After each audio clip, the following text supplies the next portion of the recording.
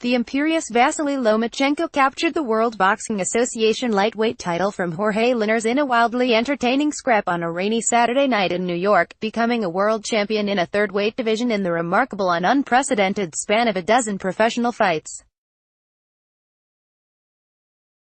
It so often looked easy for the sport's most technically proficient fighter, but Saturday's outing was anything but.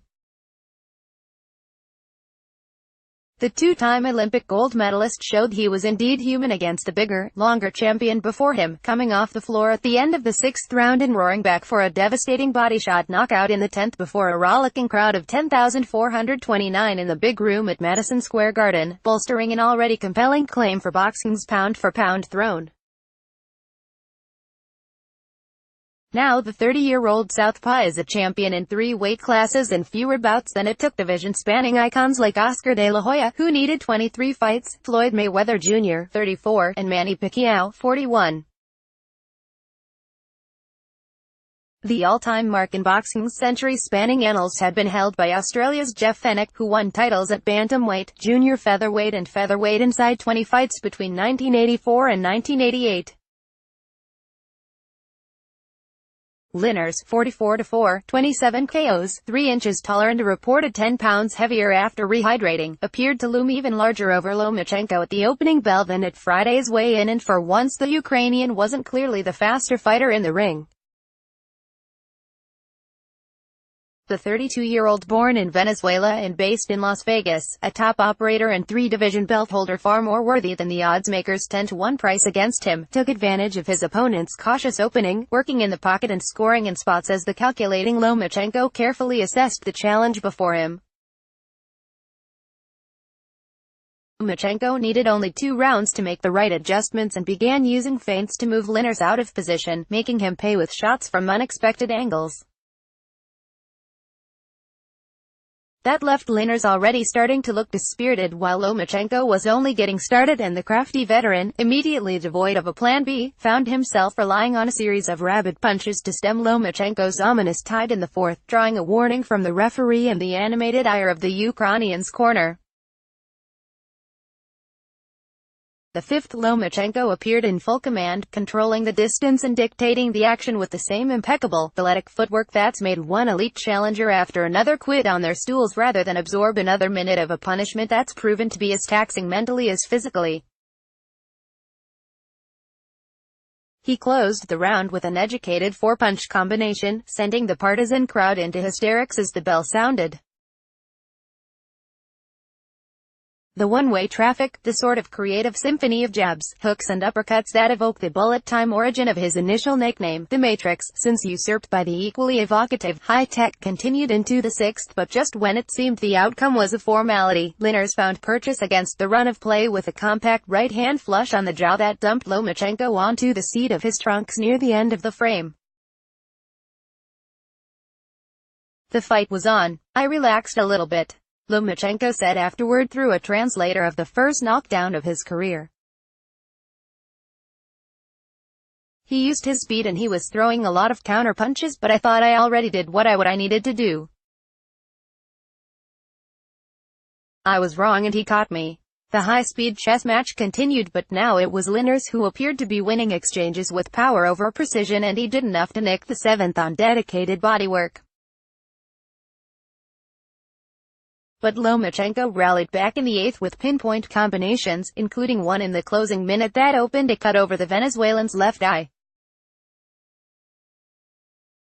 Every time it seemed Lomachenko had solved the puzzle, Linares managed to fire back, including a cracking flurry in the 9th that stopped the stalking Ukrainian in his tracks. But he finally succumbed at 2:08 of the 10th round after Lomachenko bounced a series of punches off Linares' head before finishing the proceedings with a beautifully timed left hook to the liver, almost imperceptible to the naked eye, that dropped the champion to the canvas, pumping his right fist in celebration as he strode clear of the wreckage toward a neutral corner. Linares managed to make it to his feet to narrowly beat the 10 count, but referee Michael Ortega had seen enough and waved it off, resigned to an ennobling defeat, his first in 5 years. That result notwithstanding will surely improve his stock. I wasn't planning at all to go for the knockout, said Lomachenko, who connected with 213 of 627 punches, 34% compared to 207 of 739, 28% for the champion according to CompuBox's punch statistics. If you plan for it, sometimes it's not going to come. But I was looking for that punch and I was very happy I found it. It's a good thing he did. One of the ringside judges had Lomachenko trailing 86-84 at the time of the stoppage. Another had him ahead by the same score while the third had it 85-all, as did the Guardian. Going into this fight, we knew Loma was a huge talent, said Bob Arum, who promotes Lomachenko. After this fight, we know now that he's a fighter.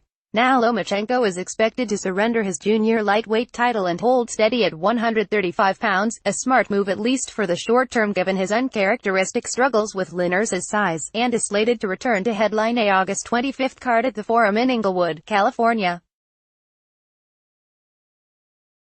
One likely match would be a lightweight title unification fight against the veteran Ray Beltran, a top-ranked stablemate, longtime Pacquiao sparring partner and general hard-luck contender who in February finally broke through to capture the vacant WBO strap in his 19th year as a professional. Michael Conlan was too good for Ibn Larinaga in New York.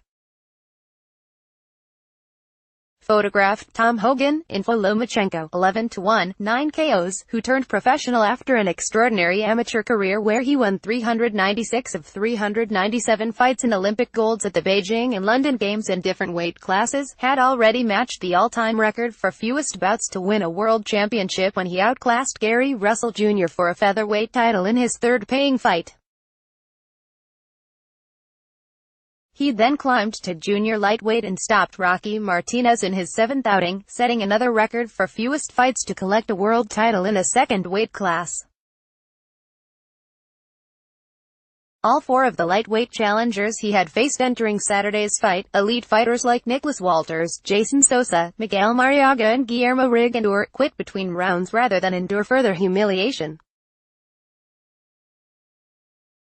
Lomachenko's professional ledger may be brief but, unlike countless professional neophytes, holds up to close inspection. The combined record of his 12 opponents, a fraternity that includes no less than 8 current or former world champions, is 3-9-6, 3-4-1-3. That includes the split decision defeat in his second fight to Mexico's Orlando Salido, a multiple-time world champion across 2 divisions and one of the sport's all-time gamers.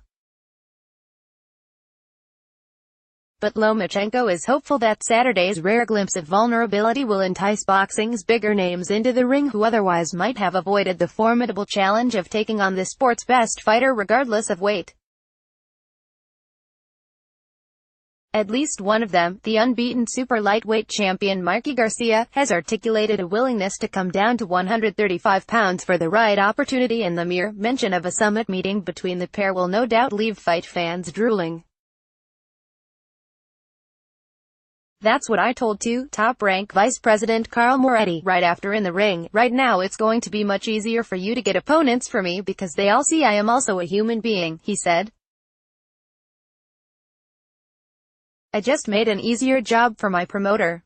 On the undercard, Ireland's Michael Conlan won a lopsided unanimous decision over Ibn Larinaga of Spain to improve to 7 wins in 7 pro fights, emerging unscathed for next month's much-anticipated homecoming bout at Belfast's Odyssey Arena.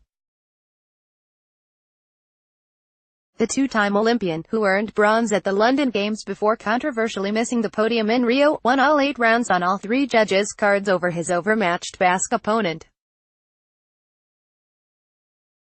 Already a proven draw in the Garden's smaller theater, Conlan wore a crowd-pleasing New York Knicks jersey into the ring and delivered on his promise, albeit over limited opposition, scoring a knockdown in the 4th that ignited a still-arriving crowd that included broad pockets of Irish fans.